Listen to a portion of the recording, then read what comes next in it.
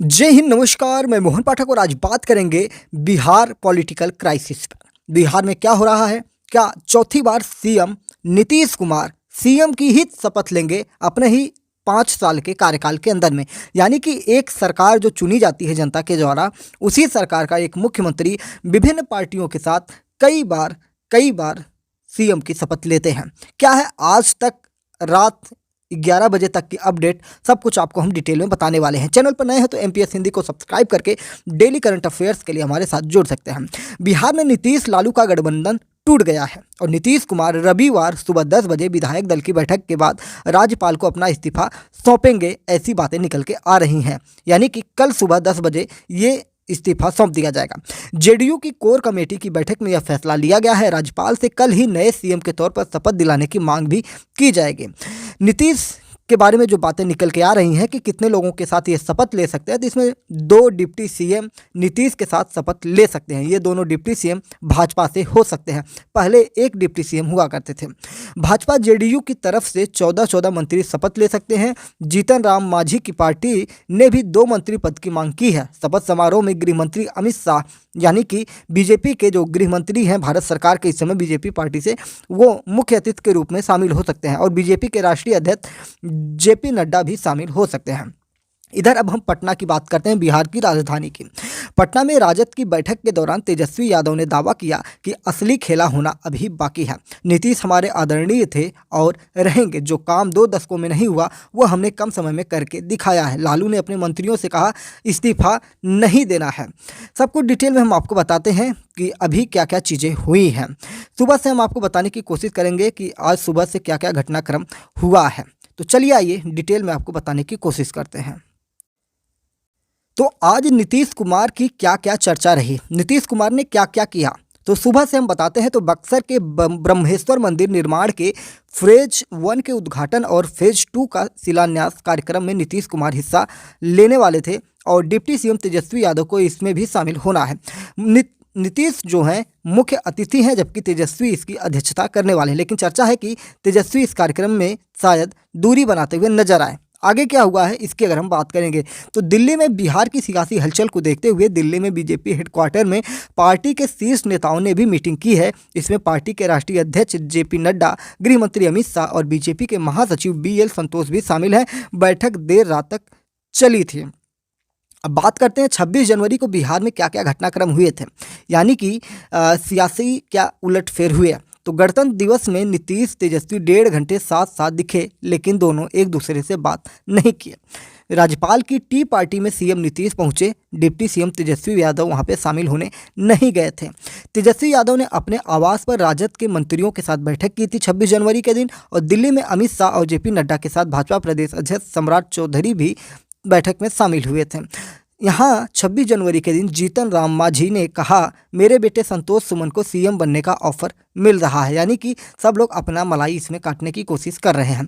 कांग्रेस नेता प्रमोद कृष्णम ने कहा कि नीतीश भरोसा खो चुके हैं और वे और उनके फैसले इसके लिए जिम्मेदार हैं। अब इंडी गठबंधन है, जो विपक्षियों की उम्मीद है उस पर खतरा है। कांग्रेस को देश में अकेले ही लोकसभा चुनाव लड़ना चाहिए। इतनी बड़ी लड़ाई बैसाखियों के सहारे नहीं लड़ी जा सकती है। ये बात इसलिए इन्होंने कही होगी, जो प्रमोद कृष्णन है, क्योंकि अभी 2 दिन पहले हमने आपको बताया था कि पश्चिम बंगाल की मुख्यमंत्री ममता बनर्जी ने भी इंडिया गठबंधन को छोड़ दिया है। इसी में विनोद तावड़े की बात निकल के आती है। बिहार में बीजेपी प्रदेश प्रभारी विनोद तावड़े ने कहा कि बिहार की बैठक है जिसमें सभी पदाधिकारी, सभी विधायक, सांसद आएंगे और आने वाले लोकसभा चुनाव को लेकर चर्चा की जाएगी। यानी कि सब लोग अपनी बातें छिपाते हुए वहाँ पे नजर आ रहे थे। तेजस्वी यादव बोले कि आसानी से तख्ता पलट नहीं होने देंगे, इतनी आसानी से दोबारा ताजपोशी नहीं होने देंगे, और तेजस्वी यादव ने राजद की बैठक में ये बयान दिया हुआ था। बिहार के कांग्रेस नेता प्रेमचंद मिश्रा ने कहा कि सत्ता में बैठे लोगों को भ्रम की स्थिति खत्म करनी चाहिए और स्पष्टता लानी चाहिए। हमारे लिए नीतीश जी अभी भी इंडिया का हिस्सा है, यानी कि अभी नीतीश को इंडिया का हिस्सा माने और इधर ये मुख्यमंत्री चौथी बार शपथ लेने के लिए तैयार हैं। वहीं पर नीतीश की पद की लालसा नहीं है, नीतीश कुमार को कोई पद की लालसा नहीं है, ऐसा जेडीयू के एमएलसी ने कहा है और ये सब चीज़ें निकल के आ रही हैं। पश्चिम बंगाल से बीजेपी सांसद दिलीप घोष ने ये कहा कि लोग जानना चाहते हैं कि नीतीश कुमार क्या कर रहे हैं, क्या फिर से यू टर्न लेंगे, यानी कि पलटी मारेंगे, या लोगों की उम्मीदों पर खरे उतरेंगे। समस्या यह है कि दोनों अलग अलग काम नहीं कर सकते, नहीं वे एक साथ काम कर सकते हैं। घोष ने यह भी कहा कि यहाँ कोई गठबंधन नहीं है, सब अलग अलग हैं, वे इसे धीरे धीरे इसे छोड़ रहे हैं। टीएमसी ने खुद कहा है कि वह पश्चिम बंगाल में कोई गठबंधन नहीं करेगी। ये सब सिर्फ मतदाताओं के बीच धोखा पैदा करने के लिए है। यहाँ तक कि सीपीएम ने भी कहा कि वे गठबंधन में नहीं है। पिछली बार कांग्रेस आधी हो गई थी और सीपीएम का सफाया हो गया, और इस बार टीएमसी आधी हो जाएगी और कांग्रेस का सफाया हो जाएगा, यानी कि हर कोई पार्टी इंडिया गठबंधन से अब भाग रहा है। मनोज झा जो चर्चाओं में रहते हैं, मनोज झा ने क्या कहा? आरजेडी सांसद मनोज झा ने कहा कि अभी तक तो सबको अफवाह ही मानूंगा। कल मैंने कहा था कि जो सच है वो सच है। नीतीश कुछ असहज व्यवहार कर रहे हैं। एक ही आदमी के पास निदान है, वो है मुख्यमंत्री नीतीश कुमार। बिहार अच्छे कारणों से पूरे देश में चर्चा का विषय है। मुझे नहीं लगता कि बिहार में कहीं कोई रार है, दरार है। इसके बाद राबड़ी देवी की बात करें तो राबड़ी देवी के यहाँ से कोई बातें निकल के नहीं आए। अब हम बात करते हैं कि जो विधायक हैं उन लोगों की क्या बातें निकल के आ रही हैं। मुकेश साहनी है वीआईपी के, ये इन्होंने कहा कि अभी आगे क्या होगा इसकी कोई जानकारी नहीं है। भाजपा ने हमारे विधायकों को खरीद दिया।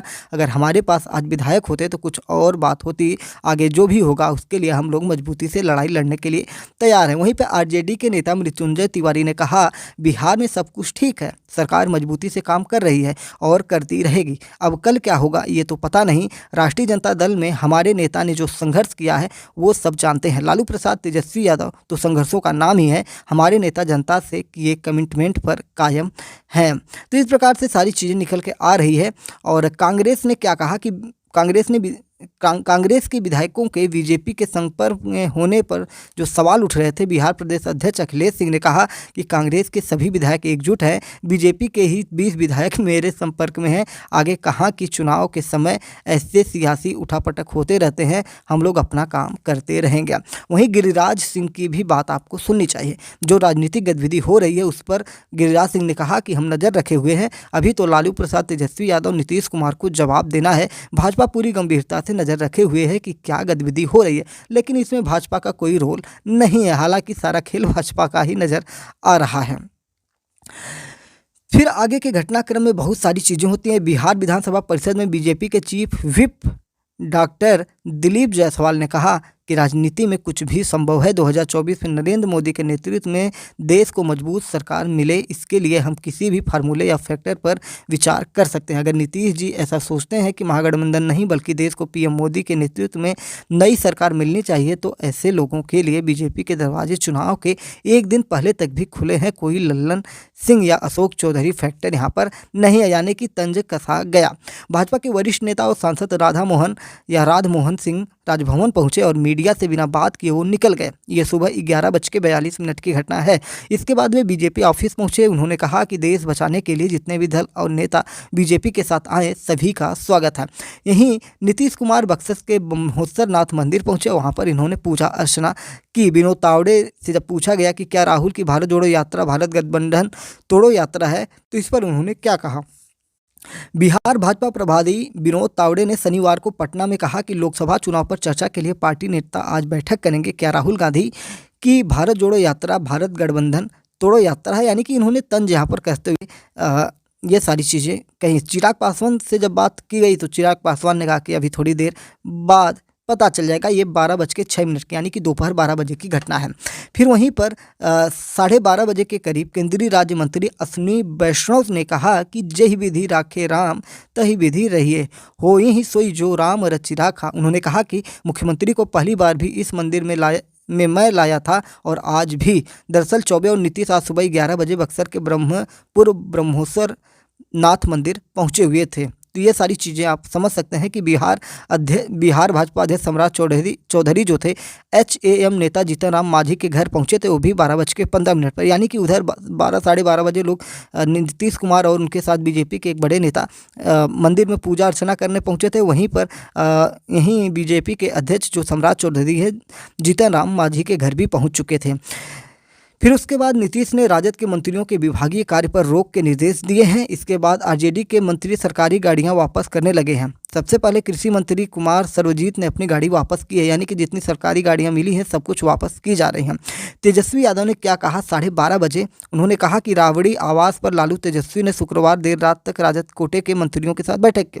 इसमें तेजस्वी ने कहा आसानी से तख्ता पलट नहीं होने देंगे। इसमें तेजस्वी ने कहा आसानी से तख्ता पलट नहीं होने देंगे और दोबारा ताजपोशी नहीं होने देंगे, यानी कि वही सारी बातें फिर से उन्होंने दोहराई है। थोड़ा आपको बता दें कि किस पार्टी की कितनी सीट है।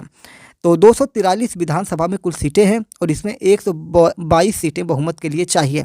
वर्तमान में अगर हम सीटों की बात करें तो राजद के पास 79 है, जदयू के पास 45 है, कांग्रेस के पास 19 है, लेफ्ट के पास 16 है, निर्दल एक प्रत्याशी है यानी कि एक विधायक है, भाजपा के पास 78 है, वहीं हम पार्टी के पास 4 हैं, AIMIM के पास 1 विधायक है।